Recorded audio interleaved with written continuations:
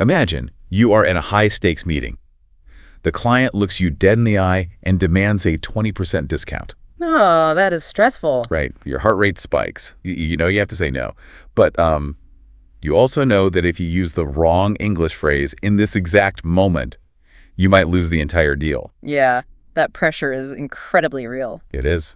So welcome to the deep dive. If you are an English learner at the B2 or C1 level, today's session is built entirely for you. Absolutely. Our mission today is highly practical. We are mastering business English, specifically for meetings and negotiations. Right, because the goal is to help you speak clearly, professionally, and diplomatically when you're sharing opinions, asking questions, making proposals, handling disagreements, and ultimately closing deals. Exactly. And to start us off, I really want to establish the core message of this entire deep dive.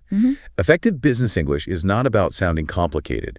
It is about being clear, respectful, specific, and strategic. Yes, I love that. Like, think of it this way. Good business English isn't about using a fancy thesaurus to sound smart. It's basically like being a skilled driver. You don't need a complicated car, right? You just need to know how to navigate the traffic smoothly and safely. What's fascinating here is that so many advanced learners overcomplicate things. I mean, they think big words sound better. But overcomplicating language often leads to miscommunication. Oh, for sure. Whereas strategic, simple phrases, well, they actually build trust. So, if we run with that driving analogy, before you can navigate the traffic, you have to start the car and know your destination. Let's look at how to open a meeting effectively. Phrase 1 is, "Thanks for joining today." This one is great. It's a polite, natural, neutral, and highly professional way to begin both online and in-person meetings. Yeah, it really sets a positive tone. Like, you might say, "Thanks for joining today. I know everyone has a busy schedule." Right. Let's run a quick mini dialogue for it. I'll start. Thanks for joining today. I would like to keep this meeting focused and practical. Sounds good. What is the main objective? See? Very smooth. Okay, let's unpack this a bit, though. What happens if people just skip this and jump straight into talking? Oh, I mean, that's a common trap. Skipping this leads to vague meetings with no clear outcome. You really need phrase 2, which is, the goal of today's meeting is... Yeah, that is super professional and direct. Exactly. For example, you'd say, the goal of today's meeting is to agree on the final delivery timeline. Nice. Let's do the dialogue. I'll be the first person. The goal of today's meeting is to compare the two proposals and choose a direction. Perfect. Should we start with cost or timeline? And just like that, everyone knows what's happening. Which brings us to phrase 3. Let's walk through the agenda. Yeah, this is very common and natural. You use it to review your planned topics in order, step by step. Right. An example would be, let's walk through the agenda before we discuss the details. Ready for the dialogue? Yep, I'll start. Let's walk through the agenda first. Sure. I see we have budget, staffing, and next steps. So now the meeting has started. But, once a meeting starts, it rarely goes perfectly in a straight line, right? Oh, definitely not. People go off topic all the time. Yeah, so you need tools to manage confusion or tangents. Phrase 4 is, could you clarify what you mean by? This is such a professional and diplomatic way to ask for a clearer explanation. It asks for precision while keeping things respectful. And honestly, this is vastly superior to simply saying, I don't understand. Right, because saying I don't understand can sound a bit abrupt. Exactly, or even unprofessional in certain contexts. With this phrase, you might say, could you clarify what you mean by a flexible timeline? That sounds so much better. Let's role play it. You start. We need a more flexible timeline. Could you clarify what you mean by flexible? Boom, instant clarity. Now, phrase 5 is a bit different. It's just to make sure I understand. Well, I use that one a lot. It feels very professional and careful. Yes, and collaborative too. You use it before summarizing or checking information, especially when the stakes are high. Like, just to make sure I understand, you are asking for a 2-week extension. Right. Let's run the mini dialogue. We may need more time before signing. Just to make sure I understand, you need legal approval first. Spot on. But what about when someone goes completely off topic? That's where you need phrase 6. Let's stay focused on. It's professional but firm. Though you really want to use a warm tone here to bring a meeting back to the main topic. Otherwise, you might sound a bit harsh. Yeah, a warm tone is key. So you'd say, let's stay focused on the launch timeline for now. Let's test it out. You try to derail the meeting. We should also redesign the customer portal. That's important. But let's stay focused on the contract terms today. Nice pivot. Thanks. So that manages the flow, but that connects us to the next challenge. What happens when the conversation is on track, but you actually disagree with what's being said. Yeah. That's tricky. Right. How do you push back diplomatically? Phrase 7 is a great start, from my perspective. This is incredibly neutral and respectful. It's a professional way to introduce an opinion without sounding aggressive. Yeah, it's definitely softer than saying, I think in a formal context. For sure. You could say, from my perspective, the current offer does not reflect the full scope of work. Let's do the dialogue. I'll start. From my perspective, we need a clearer approval process. I agree. The current process creates delays. Okay, but what if you need to be a bit more direct with your disagreement? Then you need phrase 8.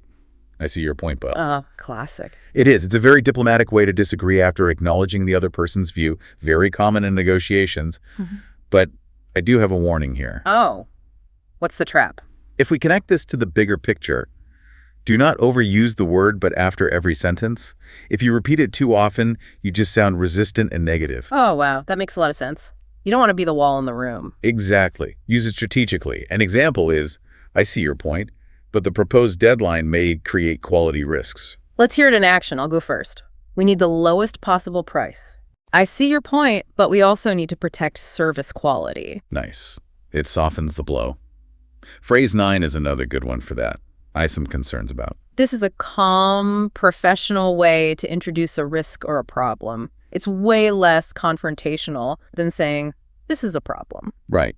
It's super useful to just slow down a decision like, I have some concerns about the payment schedule. Let's role play it. Are you ready to approve the proposal? I have some concerns about the implementation timeline. Very diplomatic. Okay, so once you've aired your concerns or disagreements, you can't just leave a problem hanging, you know? Oh, absolutely not. You have to offer a solution. Exactly.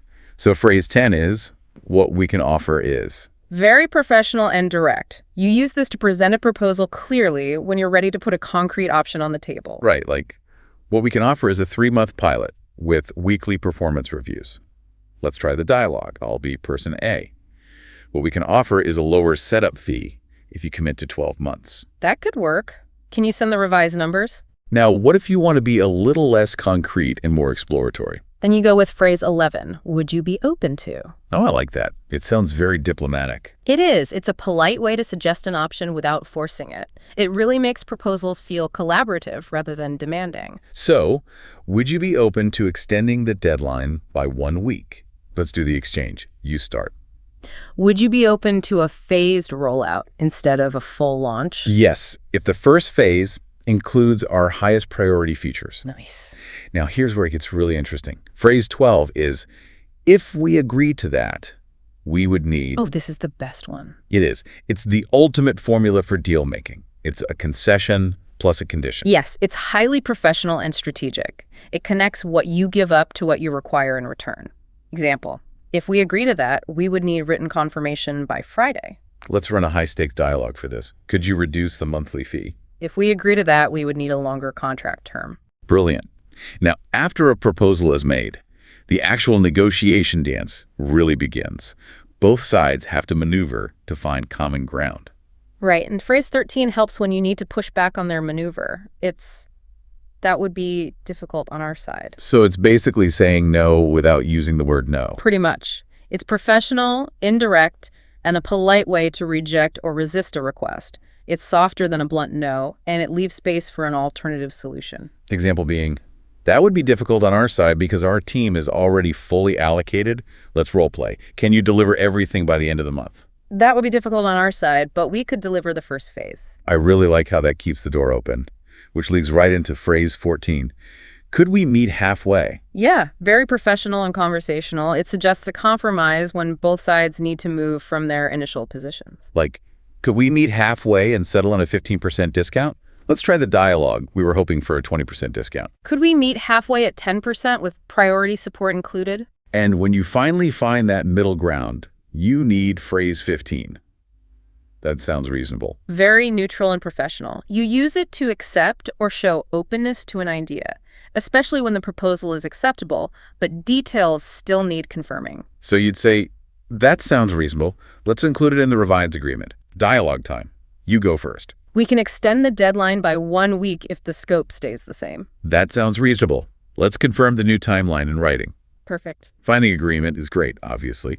But a deal isn't truly done until you formally close the meeting and lock in the next actions. Yes, you have to close properly. Phrase 16 is, to summarize what we agreed. Highly professional and clear, used before reviewing decisions. Right, because it reduces confusion and prevents different interpretations later. For example, to summarize what we agreed, the pilot will start in June and last 8 weeks. Let's do the quick exchange. To summarize what we agreed, you will send the revised proposal tomorrow. Correct, and your team will review it by Friday. Then you keep the momentum going with phrase 17. The next step is Very practical. It's a direct phrase for explaining what should happen after the meeting. It creates that momentum. the next step is to get approval from finance. Let's hear the dialogue. You start. The next step is for our legal team to review the contract. Great. When do you expect their feedback? And finally, phrase 18, I'll follow up with. Oh, this is one of the most useful closing phrases in professional English. It really is. It's common, professional, and used to promise you will send info or take action. Example, I'll follow up with the updated timeline and meeting notes. Let's run the final dialogue. I'll follow up with a summary and the revised pricing table. Thanks. That will help us make a decision internally. Okay, time to put you in the hot seat. Yeah. I will play the role of someone using language that is too simple or too direct, and you will instantly upgrade it to professional business English. Ready? I am ready. Let's do it. What is this meeting about? Could you clarify the main objective of today's meeting? I don't understand your idea. Could you clarify what you mean by that? You are wrong about the price. I see your point, but I have some concerns about the pricing. We cannot do that. That would be difficult on our side, but we could explore another option. Give us a discount. Would you be open to adjusting the price if we commit to a longer term? We want this and you must accept it. If we agree to that, we would need confirmation on the timeline. Fine, we agree. That sounds reasonable. Let's confirm the next steps in writing. Send me everything later. Could you follow up with the revised proposal and action items? Amazing upgrades. Now, to cement this learning, let's do a rapid-fire recap of the entire toolkit. We will alternate reading the 18 phrases out loud. I'll start. Thanks for joining today. The goal of today's meeting is... Let's walk through the agenda.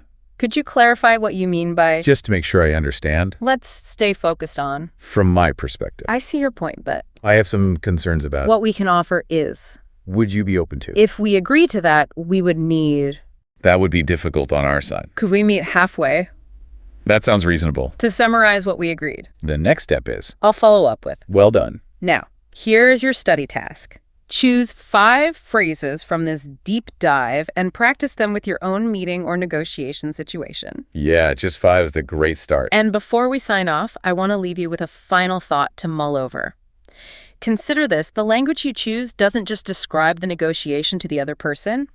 Your words actively build the architecture of the deal and the future of your professional relationship. Good language doesn't just communicate, it constructs. What a great way to put it. Well, good luck in your next meeting, and we will see you next time on The Deep Dive.